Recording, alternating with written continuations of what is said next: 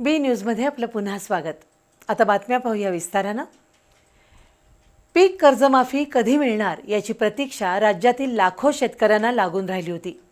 आज ती प्रतीक्षा संपली।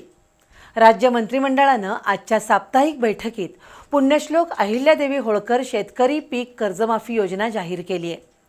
त्यातून राज्यातील शेतकऱ्यांना 2 लाख रुपयेपर्यंतची कर्जमाफी मिळणार असून या निर्णयाचा लाभ राज्यातील 56 लाख शेतकऱ्यांना होणार आहे।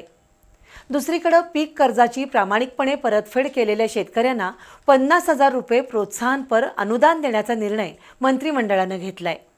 त्यातून शासनाच्या तिजोरीवर 36,585 कोटी रुपयांचा बोजा पडणार आहे। राज्यातील शेतकऱ्यांना लवकरच पीक कर्जमाफी दिली जाईल अशी घोषणा मुख्यमंत्री देवेंद्र फडणवीस यांनी केली होती। पण विविध निवडणुकांमुळे कर्जमाफीची घोषणा लांबणीवर पडत चालली होती। आताही विधान परिषदेच्या 17 जागांची निवडणूक प्रक्रिया आणि आचारसंहिता सुरू झाली आहे। या आचारसंहितेमध्ये पीक कर्जमाफीची घोषणा अडकणार अशी चर्चा सुरू होती।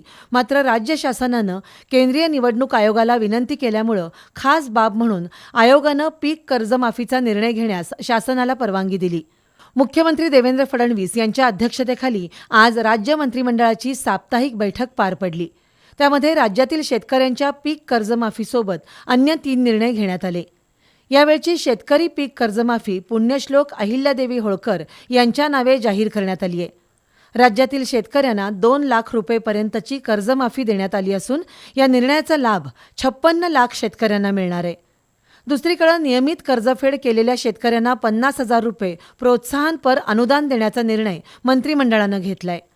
राज्यातील शेतकऱ्यांसाठी महायुती सरकारनं तिजोरीची दारं उघडली असून शेतकऱ्यांच्या कर्जमाफी आणि प्रोत्साहन अनुदानापोटी 36,585 कोटी रुपयांचा तिजोरीवर बोजा पडणार आहे। शेतकऱ्यांच्या पीक कर्जमाफी संबंधी शासनानं एक समिती नियुक्त केली होती। त्या समितीचा अहवाल आल्यानंतर अर्थसंकल्पीय अधिवेशनात पीक कर्जमाफीची तरतूद करण्यात आली होती। शासनाच्या आजच्या निर्णयामुळे राज्यातील शेतकऱ्यांना मोठा दिलासा मिळालाय। दुसरीकडे ग्रामविकास आणि सार्वजनिक बांधकाम खात्याअंतर्गत होणाऱ्या विकास कामांसाठी कर्ज घेण्याचा निर्णय मंत्रिमंडळ बैठकीत घेण्यात आला।